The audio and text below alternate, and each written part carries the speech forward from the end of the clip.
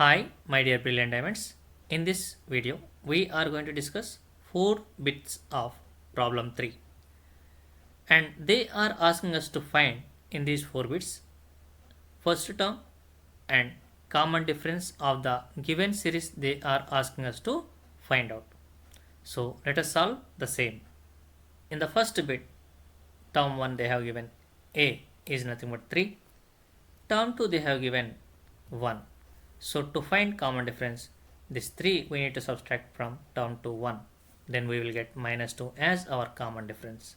So this is the solution for our first bit. Let us look at second bit. A is equal to minus 5. Then if you find common difference, you will get plus 4 as our answer after subtraction of first term from term 2.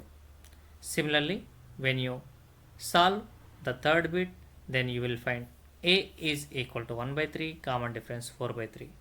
In the same manner, let us try to solve the fourth bit also. So finally, we will get a is equal to 0.6 for this fourth bit and 1.1 is the common difference for this fourth arithmetic progression. Hope you got good clarity on the problems which we have discussed. Thanks for watching and learning. Have a nice day.